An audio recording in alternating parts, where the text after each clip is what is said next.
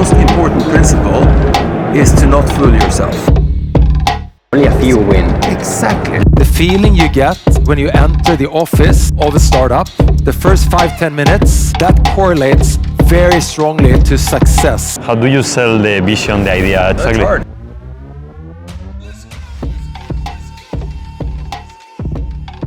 Speed has changed. And you, Yeah, for some context, because you don't know anything about us, and it's kind of like, so you know why we're doing this and you know what we're doing. I know very little. George just said, because I asked him, should I do this? And he said, yeah, you should definitely do this. So if you could give me a short background, that would be amazing. So we used to work in VC for a while. I built a startup like so many years ago. It failed. And then I ended up working in VC. Yeah, which one? Go Hub Ventures is a local VC from Spain. We were investing, in Europe, but very local. Yeah. And I started writing a lot when I started working in VC because I thought it was like a good way to start, building something kind of like a brand. But I didn't want to be a VC, to be honest, at the beginning. I just wanted to build things and be free. Yeah. And then one day, like I've been writing this newsletter for 1 year, nobody's reading it. And one day I see a post on LinkedIn from Ruben, who I had met. He was working on another VC, and his post had like 3,000 likes or something like that. And I was like, what is going on? Like, what is this? And so I called them that day and was like, what's going on, dude? Like, explain me what's going on. He just told me like, hey, he didn't give me like a lot of info, but he just told me like, yeah, I'm trying this, like posting on LinkedIn and it's going well. So I posted that, I think it was that same like, try day. this format or whatever. Yeah. And my first post that I did went super viral as well. I think maybe, I don't know if he got like 1,000 likes, something like that. So he was writing a newsletter at the same time as well. And basically, fast forward 2 years, his newsletter is number 3rd on tech on Substack, and mine is number 9 on business. And we have... So you do separate? Yeah. Each one of us has a separate newsletter. Yeah. One of them is PMF? Yeah. And yours is? The VC Corner. Ah. Yeah. The VC. Have you had anyone from us before? Nope. No. Glad to be first. Yeah, exactly. Yeah, we are glad to have you. And yeah, so we do content on our newsletters, and we reach like each of us 1 million like views per month. And then on LinkedIn, we are very big. So we get between 2 and 3 million weekly views, each of us separately. And what we are doing recently is doing interviews together. We go to events, we co-invest. We recently interviewed Mark Cuban, also like Martin McNaught from Index Ventures. We basically quit our firms. Yeah. And we're now like full-time angel investing and creating content. So we have paid subscribers. Yeah. So think about a couple of thousand of people paying for reading our stuff, like $30 per month on average. And then we have tech companies that sponsor our articles. Got it. So imagine HubSpot, they can appear and share like a discount or something. Yeah, I think we've worked with HubSpot, Atio, Vanta, Figma. Yeah. You were speaking with Lovable recently. Yeah, with a lot of tech companies basically. Like they really value like the content that we create and the access that we have, and it's like a win-win for us because we also like their products and use them. So and the margin is super high. We get we have no employees. A lot of cash flow that we use to invest in startups. It's a great business. Yeah, better than software. Do you ever get tired of it? All the time, but it's part of business, Yeah. No, but what we love is investing and helping founders. So we use this as a way of doing it. So the media is like an enabler, similar to what Harry does probably, but in a lower scale. Yeah. And what is great for us is that we are independent, so we can co-invest with top-tier Stay funds. independent, whatever you do. And what do you want to talk about today? I mean, so we've done like, I think 35 investments this year as angels. Wow. And we want to learn as much as we can about venture capital. We want to really be really good at it. And you're one of the people that built one of the most successful and earliest, VCs in Europe. So I mean, thousands of questions that we have for you. Okay. Yeah. And just so you know, I think more than anything, I am a founder. I honestly think I could have started another business. It happened to be a venture business, but I think it could have been something else. Because I think that's the one thing I'm really good at. I'm also an okay investor, but I'm more a founder than an investor. So, you know, if you want to sort of ask questions that sort of cover that, I love it because and I think honestly, I think there are very few yeah. that have done what I've done, because I started with not like a phone, right? Yeah, and we know that at the beginning, 23 years ago, you didn't have a track record, right? And you started a venture capital firm. It didn't go super well, the first one, for what I know, and then you started Creandum after, no? And yeah, like, how do you start? How do you sell the vision, the idea to LPs? How do you sell sand in Sahara, right? That's the question. Yeah, exactly. It's hard. Are we recording now? Hold on, yeah, we are, but I didn't know. It's okay, no, because like I feel myself like, and you as well, and we're investing as well as founders, and I don't really see the difference between, like, a lot of people make the difference, like, I'm a VC, no, I'm a founder. Dude, like, the way I'm thinking is I'm building something that I hope it can become like a standalone generational I think you're business. a founder and an investor, but if you hire someone, they're only an investor. I think that's the difference. But you started it. I mean, now when you have $1 million in revenue every year, you can hire someone, it costs you 200,000 or whatever the number is. They're not a founder, right? Because you employed them. They may become a partner over time, but they didn't start the firm. So they didn't start from scratch. And I think that's a big difference. And it's really hard to start something from scratch. Ask any founder, right? It's just brutally hard. And if you hire a new partner now for Creandum, for them it's way easier to get good deals than when you started Creandum. No? I mean, in the beginning, we were just happy to see deals overall, right? Because we were nobodies, and I recall the first couple of years, we had to fight so hard, and entrepreneurs were asking us, you're who? But then after some time, and I think for every venture firm, you need to get that first win or two. In Fund 1, we had one company that IPO'd that basically saved the whole fund. In Fund 2, it was called Edgeware. In Fund 2, we had iZettle and Spotify. Then we had 2 instead of 1. Spotify obviously was a massive win. Then we had something that we could start to sell and market. And then on you go, right? Then after a while, it's relatively easy to think that you are something. And I think that's truly dangerous, right? You need to stay, at least we think, you need to stay super competitive, paranoid, have this underdog mentality, and actually, you should think that you're no good, because that's the way to really stay hungry and stay at the top. How do you do that? I think it's a personality question. Ask my wife, she thinks I'm completely crazy. I mean, Staffan, you're 55. You go to Slush, you get up at 6 in the morning and you hang out at the Lovable party till 2 in the morning. Who do you think you are, right? But I think it's really a mentality. And we try to build our firm with people that have that, that hunger and drive to succeed. Plus, I was raised in the countryside. We lived on a small farm till I was 15.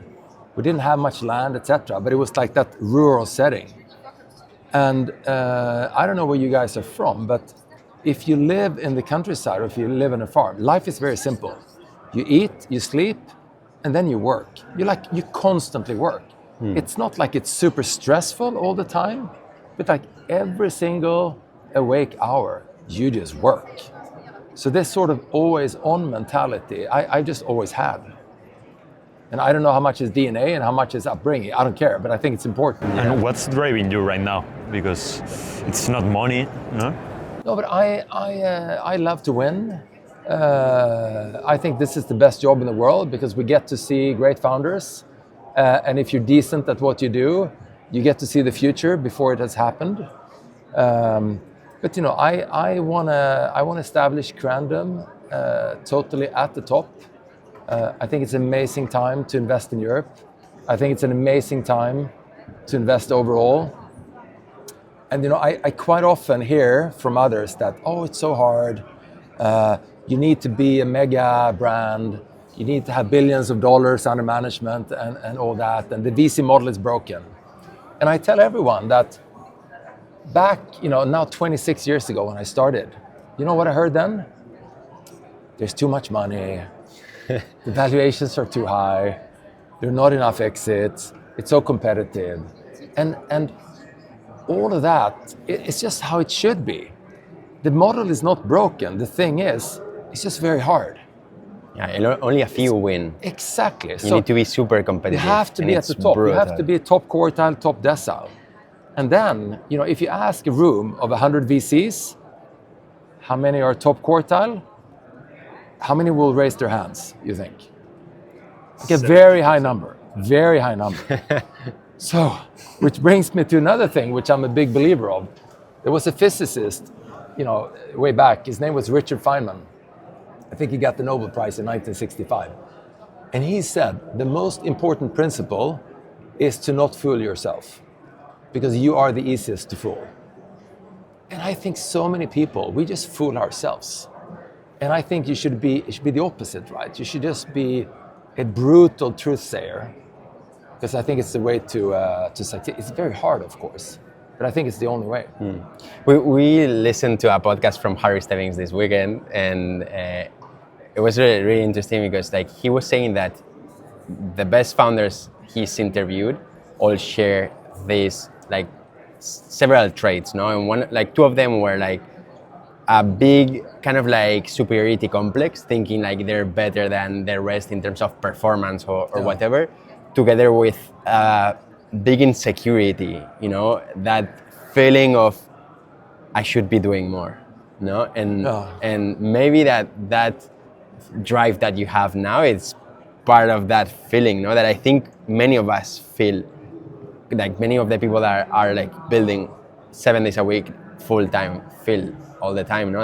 That you need to be doing more, that there's so much room to grow and yeah, because probably after you do the exit of Spotify, for example, you can relax, but the moment you relax, you stop competing, no? And to win the Lovable deal, I heard that you needed to fight a lot, and it's paying off, no? But you cannot win only because of what you did in the past, right? What's your opinion on this? And you can stop one day and say, I've had enough. And I think it's completely fine. And then, some of us sort of never have enough, right? Yeah. I don't mean that we never have enough. That's, that sounds like you never have enough money. That's not what I'm thinking of. I think it's just an inner drive that you want to achieve something and you want to build something. And my inner drive is a combination of curiosity, right? And I like to build things. It could have been something else. I'm in venture and I love it, but I think I could have built something else as well. Yeah. And we can talk about the Lovable deal. It was, of course, super exciting and super hard. Super hard. But let's talk about it. I actually was talking to Anton, I think before the seed deal. I'm going to say this in every podcast until he hears it. No, and he was I think preparing the seed deal before I think before raising from you guys. And he was telling me I told him hey, I would love to do an angel check, and he told me, I'm talking to some angels, let me get back to you. And I don't know, 3 seconds later, it was done. It was oh my God, there was the opportunity. Yeah, the opportunity of a century. Did you get in or? No, I didn't. Oh, okay, I didn't. Yeah, the round got closed. Oh. So I want to hear from your side, what was that experience like? First of all, it was not me who led the deal. It was my partner, Fred, who I honestly think is one of the best investors out there. Just look at, all the things that he has done. And he and I have worked together for 22 years. Because he was the first analyst that I ever hired. No way. Yeah. And, wow. and for many years, I also thought he was the only person that I interviewed. But then a year or two ago, he said, no, you actually interviewed one other person. But he led the deal. And what happened was that we knew Anton and the team from before, from Depict, etc., and knew that they were working on GPT Engineer, etc., and had met them in that process and so on. But then when it launched, Fred saw immediately how it took off. And I think, don't get me on all the details here, but I think they had planned sort of a catch up middle of December. I think he rescheduled that immediately to a lunch sort of the next day. He showed up at the lunch with another one of our partners, a term sheet in the pocket, already ready. And I think at the time we had built overnight a couple of internal things on Lovable. And Simon, the other GP, had done, I think, like 5,000 prompts or something on the platform. So we were like deeply involved and engaged in that. And then obviously a lot of hustle and speed and negotiation, etc., followed. And then I think the term sheet, if I recall correct, was agreed quite swiftly after that. But then it took, I would say sort of 2 months and before it closed. And that's obviously for a VC in a very hot deal, a very paranoid period, where you're thinking someone will sweep in from the sidelines, the deal may not close, the price might change, all of the above, right? Did any of that happen or? No, in hindsight, I think I've heard, but I could be wrong, that they wanted to do the deal with us, and we were of course very happy to be in it, and I think the rest is history. Last night was the big 1-year anniversary party. Right. If you think about it, like AI speed, right? Look at what they have done in a year.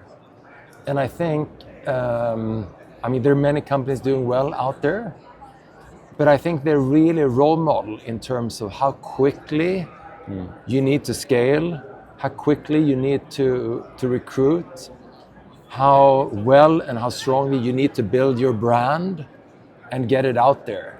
We call it AI speed. And I think it's really shifted the whole ecosystem into just a completely new gear. Yeah. And I think if you're not building at this speed, also as an investor, if you don't follow this speed, I think you're toast long term. Yeah.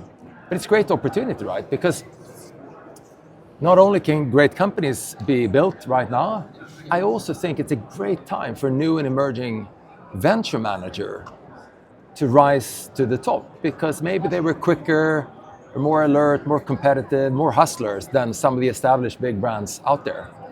Yeah. When a company like Lovable is growing as fast as Lovable is, like spotting it is not hard, no? So it becomes like a game of, okay, you were like early enough of investing in the company so it wasn't growing as fast, or it becomes a game of access and terms and brand, no? Like for Lovable to choose your fund means a lot, because it's one of the probably best companies in the last, I don't know how many years, and it's amazing that you were able to invest, no? So for emerging managers that you are mentioning, what strategy would you tell them? Like, if we are hustlers, like we are hustling, we're talking to founders every day for 7 days a week and creating content. We have somewhat access, but how, like, it's kind of like picking like an nail in a haystack, no? Like, how do you spot them like really early enough so you don't go to the seed round or to the Series A competing with funds like yours? Yeah. So it's like the $1 trillion question, right? Because that's what everyone wants to do, including us, right? If we could spot companies at the pre-seed, we would do, that's all we would do, because obviously you get more ownership, lower price, all of that. I think if you start afresh today, you have to go early, right? You have to go pre-seed and seed, unless you're a super established individual brand, you have like a super long track record, etc. Then maybe you can compete at the A. So I think stage is one aspect, and then obviously, it's about backing those great individuals. And I'm not saying anything that is new to anyone, right? But it's really that. And I think if it's that early, you probably have to filter out exactly what they do. You simply have to focus on who they are. If you're slightly later, so we do mostly seed and A, we can put in the other dimension, which is also what they do. Once in a while, that will make us miss things because we sort of like the individuals, weren't exactly sure of what they were doing, and sometimes they pivot, and it proved to be the right company to be in. But it also stops us from doing, lots of investments that we shouldn't do. But early, super early, and backing the right individuals. And then you have to play a bit with the numbers, right? You can't just do 2 or 3 deals a year. You have to do a larger number. We've done like 35 this year. Yeah, there you go. Yeah, Which is your best? tickets. Which is your best 1 or 2 deals this year? It's hard to know because we started investing like 1 year and a half ago, and we got some good names at later stages that are doing very well, but the rest are like pre-seed and seed and... They're still early. Yeah. They're still early, yeah. But pick one. Pick one.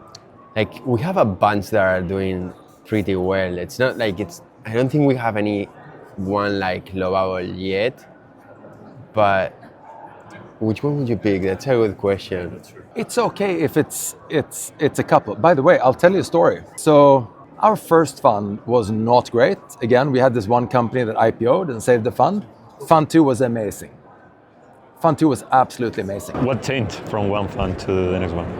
So what changed is actually that we started to do A in addition to seed. We also started to do Nordics in addition to only doing Sweden. And we started to do consumer and more software investments, whereas the first one was sort of high-tech oriented. I think those 3 things changed it. But anyway, then we raised Fund 3, 135 million euros. It felt like so much money at the time. We did 33 deals, more than 60% were seed. Then the investment period was over. We sat down, we looked at each other, and we said, this does not feel great. It just did not feel good. But then, fast forward another, 5, 6, 7 years. I think we had 7 unicorns out of those 33 deals, and another 2 that will potentially get there. And obviously, Wow. it'll be a great fund, right? So, what I'm saying is, sometimes you have a Lovable, a Trade Republic, or Spotify or something. You just know, right? But sometimes you don't know. And what we have seen during so many funds is that each fund looks different. Fund 3 had 8, 9 winners. We have one fund where we have Trade Republic. It'll be an amazing fund. But there's only a couple more companies that will make it. So they all look different. And I think that's actually okay. I mean, in the second fund, we had Spotify, and then we looked at the seed round of SoundCloud. And for many, many years, the fact that we had declined SoundCloud felt like the wrong decision, right? SoundCloud, eventually may not be that valuable, but we declined it because I said we already have one music company. Yeah. And that's the wrong decision, because it's much more important to back the right founders than to have a perfect overview and diversify in different sectors, etc. Just get the 30 or 20, whatever, best early stage founders and companies in there. And if you have a couple too many in a certain vertical, I don't think it matters. Yeah. And what's most important for you right now when investing in founders in this like new AI wave? Is it still like the person? You really try to back the most intelligent or driven founder, or is... So we get this question a lot, and I think it's a really hard one to answer. I personally think people need to be crazy ambitious. I mean, if you just think about it, how many tech companies IPO'd in Europe this year? We had Klarna, but there weren't that many. So I think that tells you something how hard it is. So they need to be crazy ambitious. They also need to, what we call, talk and act very intelligently about what they do. I think it's, if you have a longer discussion with a founder and they can really explain why and how the industry will change, etc., I think to us at least that says a lot. And then for us, the last and the most important question is, would I work for this founder? And I've said this before, but you may ask, would Staffan, 55 years old, would he work for a 24-year-old? You'd be surprised. I meet founders all the time where I would say, you probably wouldn't want to hire me, but man, I would love to work for you. And in a way, as a VC, you actually do work for them, right? You bring them on and then you make a commitment to service them for 8, 10, 12, 15 years. That's really what you do. Yeah. We think a lot about the value add that a venture capital fund can add to a founder, and we find it not very scalable, right? Because if you have 50 portfolio companies, you cannot help every company with a lot of things, no? So we see it like a very difficult model for a lot of VCs, and I'm curious about how do you think about value add, and how do you try to help founders also, maybe the best founders don't need you, no? So, it's an interesting question, right? And I think there's absolutely a lot you can do, but you also have to realize that you want to invest in founders that are so good that your value is greatly appreciated, but it's sort of marginal to what they can achieve on their own. Having said that, I think it's a hygiene factor to have a strong platform team. I think there's actually a lot of things that you can do. So we try to do that. We also set the bar for ourselves that we want to be the best board member of this company, so that we are the first call, most often when there's bad news or in trouble, but sometimes also when there's good news, right? Do we always achieve that? Well, maybe not, but it's really the bar that we set for ourselves. But then I think you can utilize your portfolio. I mean, what I call the power of the portfolio. We have 160 companies, maybe 170 in our portfolio. 1 in 6 are unicorns, so it's actually a pretty high quality portfolio. And if you add sort of angel and other investments we've all done historically, that's probably another 50 to 100. That's a pretty good source of competence and network to pull from. So we actually try to utilize that quite a lot. And Staffan, going back to... Can I add one more thing? So sometimes I think a great value add is to have founders put together their first real round. And if you take one of our big fintech winners, it's a company called Trade Republic. And when we looked at the A round, the seed investor owned a majority of the company. We loved the founder, we loved what they were doing, but it's not investable, right? And so many funds looked at that company and said, it's a hairy cap table, let's look at the next one. Yeah. But Johan said, I like this. I like the founders. I'm going to convince the seed investor that by owning not a majority, but 25% of the company, they're going to make more money by owning that rather than a big portion. And he did. And today it's a $10 billion plus company. We have a great ownership stake, and I think this company could potentially be a 20, 50, 100 billion company out of Europe, and it's a massive success. And actually at our AGM quite recently, Christian, the CEO, was on stage, and one of our endowments asked, Christian, tell us, why did you pick Creandum to lead the A round? And I think they were expecting a pretty sophisticated answer about value add and all that. And Christian said, it's the only term sheet we had. Yeah, I think that this type of investments is what makes so believing VC in them, good. right? And making that work was pretty value adding, I think. Because it's contrarian at some, some extent, it's contrarian because most VCs will say, no, I'm not going to go through this effort, to invest in this company. I'll look for another one. And that one is the good one. Totally. And if you go back to the Spotify deal, this is long ago, but it's not like we were the only ones talking to them. A lot of people were talking to them, right?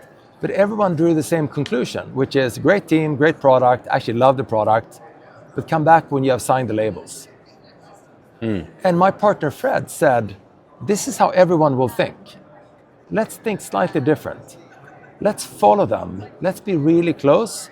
So when they're sort of 80% when they're 80% done with the labels, that's when we invest. That's the perfect timing. And that's the risk we will then take, that they get from 80 to 100. Wow. Contrarian, right, to how everyone else was thinking. How important is luck for an emerging manager? Because I'm thinking that in your first fund, you had one IPO winner, no? And In the second fund, you had Spotify. but without the IPO winner on the first fund, like maybe the story would have changed a lot, right? Like without that IPO, the fund returns will not be like super good. Actually, I don't know. You know, it IPO'd so much later that we would have raised Fund 2 anyway, and probably Fund 3 as well, because it took a long time to get it to IPO. Yeah. How much was Fund 1 and 2? Like how many? Like how big was each one of those funds? Oh, so Fund 1 was 30, was topped up with another 10 euros. Okay. Fund 2, which was where Spotify, iSettle, and a fair amount of other really good companies were in, was 80 million euros, but there was no recycling. So we only invested roughly 60 out of the 80. And you know why there was no recycling? What is recycling? So recycling is you can take early exits and invest them again. Okay. Mm-hmm. So you actually can invest the full fund. Okay. Otherwise, you only invest the fund minus the fees. Mm-hmm. Yeah. So usually the fees are 20% at the end of the fund. So in a $100 million fund, you would only invest 80. But we only invested 60 out of the 80. And you know why there was no recycling? Because at the time, you know, LPs in Europe, they were so happy if they got the money back. So of course they wouldn't want to risk them again in more investments into the fund. And actually, you know, way back in the 80s and 90s, in some of the early VC funds that were around, the fund length was 6 years. So a lot has happened, right? It's a lot about how the ecosystem was. Exactly. Yeah, and you know, the way more European difficult, ecosystem sort of started maybe 30 years later than the one in the Bay Area in Boston. And there's still this difference, right? It's not 30 years today. Maybe it's, I don't know, 10 or 15. I think we're catching up, right? But obviously, there's still some lack of maturity in the European ecosystem. 100%. What we have, though, is we have 500 million of talent, right? Which are all starting to see that you can build a company from Portugal to Spain to Greece to Finland. You know, we're here at Slush. I think that's amazing. How can we do even better as Europeans, as an ecosystem? What can be improved? Yeah, I mean, first of all, I think there's a lot of great things. Like there's role models, there's volume of talent, there is a huge amount of ambition, etc. We need to work on what I call the framework, right? So all the things that are around. I don't think there's a lack of capital. I think entrepreneurs that you know complain of lack of capital today, they're probably not doing the right thing because there's just so much capital out there. But I think we need to work on the framework. So decrease regulation, making it easier to import talent. I think we have a lot to do on incentivization. In some countries, like Sweden, you know, the marginal tax on income is 70%. It's not that attractive. It's very expensive to issue stock options. It's very complicated. You know, that stuff we just need to fix. Yeah. And I think it would be amazing if we could have a Delaware for Europe, right? Yeah. Sure. EU-ing. Totally. Yeah, 100%. Yeah, we are supporters of the initiative. Yeah. And in going back to building Creandum, I'm super interested in this. How long did it take you to raise the first fund, and how did you do it? Like no track record. I know you had built something before, no, and you had like a couple of connections, but I mean, 40 million is still like a really decent size for a first fund. Like even like today's standards. It's probably like 200 today, or something. For first Exactly. fund. Yeah. Yeah, No, but like I was. the equivalent today is like 200 million. Yeah, exactly. Yeah, exactly. Exactly. So yeah, like I don't see many emerging managers like raising 200. You know. But I had a little bit of history, but not much. And I had two Swedish pension funds, AP6 and Skandia, that believed in me. They thought that the time was ripe to start a venture firm from scratch. They tapped me on my shoulder and said, hey, we believe in you. We'd be willing to back you in your first fund. I then fundraised for a year, trying to get more money into that fund. I raised absolutely nothing. Wow. Zero. Not a single dollar.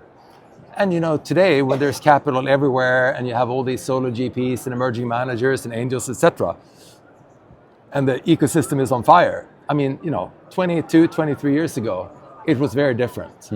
And then Fund 2, you know, we had some interesting signals from Fund 1, so it sort of looked exciting.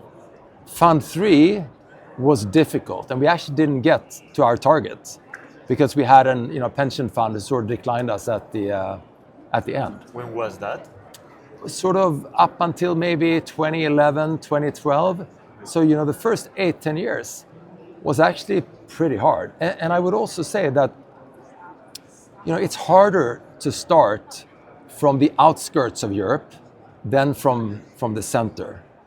And you know, I can also tell you the story on how we sort of went from the outskirts to the center. Is that of interest? Yeah. Yeah, you ended up investing in Germany also, no? Exactly. So we started in Stockholm. First fund was Sweden only. Second fund was very ambitious. You know, we did the whole of the Nordics. Felt like, you know, now we're really onto something. The third fund, we felt the Nordics was only 25 out of 500 million people in Sweden, in Europe, right? Yeah. So we needed to get outside. It's 5%. But the LPs, exactly, they were sort of happy to do the Nordics. So we called it Nordics Plus, and then we sort of started to do a couple of bad deals in Germany, but we wanted to get in there. But then we felt we needed to go to the big markets. But if we would come, again, from the outskirts of Europe and go to Munich or Berlin or London, you know, which we knew was the long-term objective, people would look upon us as a cousin from the countryside. Yeah. So we actually decided for a different strategy. And that strategy was quite bold, which was our second office was in San Francisco. Before the London one. Before the London one, right? But having that connection to the US, we made a couple of deals there in European founders. It's like a way of building authority or like signaling, no, for UK people. It made It's us marketing strategy. made us pretty sexy to go into Germany, right? Because we were international. In Germany, you know, Scandinavia is looked upon, our portfolio with ISIL, Spotify was sort of attractive. So then we could establish Germany. And then, you know, 7-8 years later, we had done what they in the military would call a pincer movement, right? And sort of came to London from already being an international firm. Super interesting. And I think that was, it was the long route, but it was the right route. Because we were already international when we came to London. And okay, day one, fund one, who do you hire and how do you hire them? What was the process? So when I started, so I realized already from day one that there was no way that I would succeed on my own. So I hired two gentlemen that were senior to me, much more knowledgeable in tech, etc. They became equal GPs to me, and one of them retired after 6 years. I think the second one went out of the business about 10 years ago. But at the same time, I hired an analyst. And again, you know, it's Fred, who's one of the GPs today. And he came recommended by one of my friends who said, this guy is just phenomenal. And he, you know, he is interested in venture. Why don't you meet him? I met him, I liked him, I hired him. And we've been partners for 22 years. But I strongly felt I could not do it on my own. I've always done a lot of sports. I'm a big believer in teams. It's also much more fun.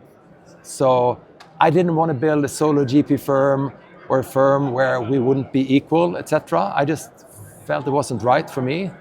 So that sort of structure was set from the get-go. And do all GPs like share like the same carry or how? Yeah. What's the? So we've taken inspiration from a couple of places. Benchmark, for example. Benchmark is one. They have what they call, I think they call it true partnership. We have the same. I think it's great because it takes so much friction out of your firm, right? It's just easy. You know, your team, you vote the majority, you can disagree, but once you've disagreed, you commit. It's sort of a team. I think it also makes it easier to attract great people. Because really amazing people, they don't want to work under a boss, right? They want to be equal. Yeah, they would prefer to do their own fund. Exactly. Yeah. And then, you know, I spent some time with McKinsey. I think they do a couple of things that are just great. They have naked in, naked out. They have brutal up or out. So, you know, as a founder of the firm, if they don't think I'm, you know, good enough, they can just vote me out tomorrow morning. I think it's completely fine. Well, Wow. They also have people from other geographies evaluating partners. Right? That's hard for us to do because we're all in the same place. But I like that structure, and that they're super good at recruiting. And I tend to think we're pretty good at recruiting as well. And if you look at our partnership, you know, we're sort of 6 GPs and 8 or 9 partners in total. You know, 6 or 7 of them have joined us as interns, associates, VPs, whatever you call it, right? And they're just grown in the firm. Fantastic. It takes a long time. But it builds a very strong culture. And it's a very attractive place, I think, to join. Do you think like for best performers it's a bad kind of like setup? Because like I could think like, no, I'm way better than the rest. I don't want to have the same carried interest as like because I'm going to do like the best deals. Yeah. Do you know that? Do you think that can happen, or like what's the? It can. It's never happened to us. Maybe it will happen one day. I think it's fine. But I also think, honestly, if you think you're so much better than the rest, and you don't really need the rest, so you know you should probably you should be a solo GP or something. Which, by the way, can be a great model. Yeah. I think there's so many models that can work. I mean, there's also the company model. Yeah. I mean, the way I view it is that you have people that build funds. They do a couple of funds. They have great returns. That's fine. And then you have those that build firms. But the average age of the partners sort of increases by 1 for every year that goes. That's also fine, by the way. We want to build the next thing, which I think is a franchise, which you, after, when you're done, you hand it over to the next generation. You become an LP. I love it, but you know, it doesn't have to be like that. And then you can build a company. Yeah. That's like GC or Andreessen Horowitz. That's a company. Yeah. I think that's sort of 4 different models. I like the company model.